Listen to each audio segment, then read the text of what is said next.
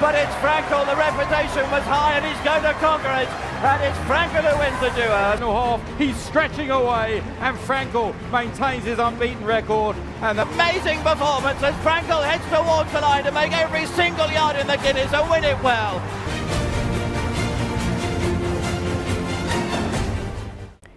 Irish jockey Tom Queally is best remembered for his wonderful association with the great British champion Frankel.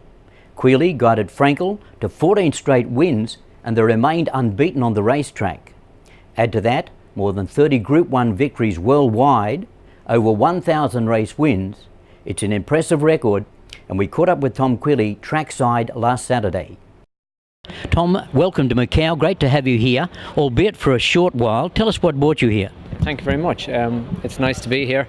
The whole trip here, it came about through my old friend Stanley Chin, who I've been friends with for years, since his time in Aidan O'Brien's, and he suggested to me to pop in for a month or so.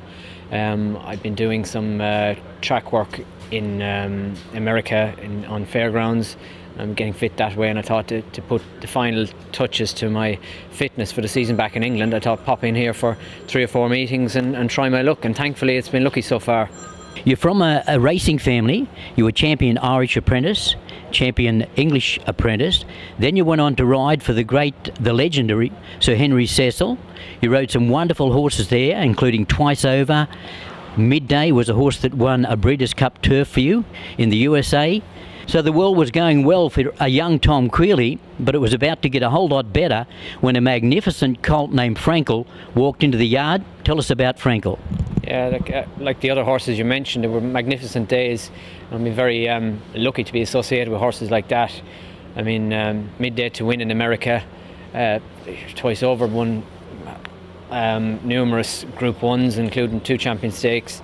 He also was successful in the Emirates, and like you say, Frankel came along, so as if things weren't going as good as they were, they just got an awful lot better. And he was a magnificent colt, and he was head and shoulders above anything that I've seen or he raced against or we might ever see. So there was a very special time, and it sort of, all my other big wins, it sort of pales them into insignificance really, and they're anything but insignificant. But it's great, and I find it's always a great selling point that I've been very, very lucky, through the horses I've ridden, because at the end of the day it's about the horses. It's like a jockey is only as good as the horse you're on, and I've always been a great believer in that, and you're only as good as the chances you get. And but with the horses like I've ridden, it's given me the opportunity to ride in some amazing constituencies around the world,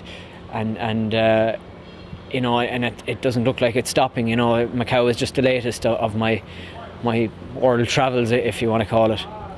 Frankel is every jockey's dream, a horse like Frankel. Everyone wants a Frankel, every jockey wants a Black Caviar. Once you get them, there must be an awful amount of pressure once they start to win, and to maintain that unbeaten record, you must have had a tremendous amount of pressure on your race day. Yes, pressure, yeah, but I found the pressure that I had with him, I turned it into sort of a constructive energy, in that you get in the zone and you're thinking about the race, and you have pressure when you're sitting down having your boiled egg at breakfast. You have pressure on the way in the car.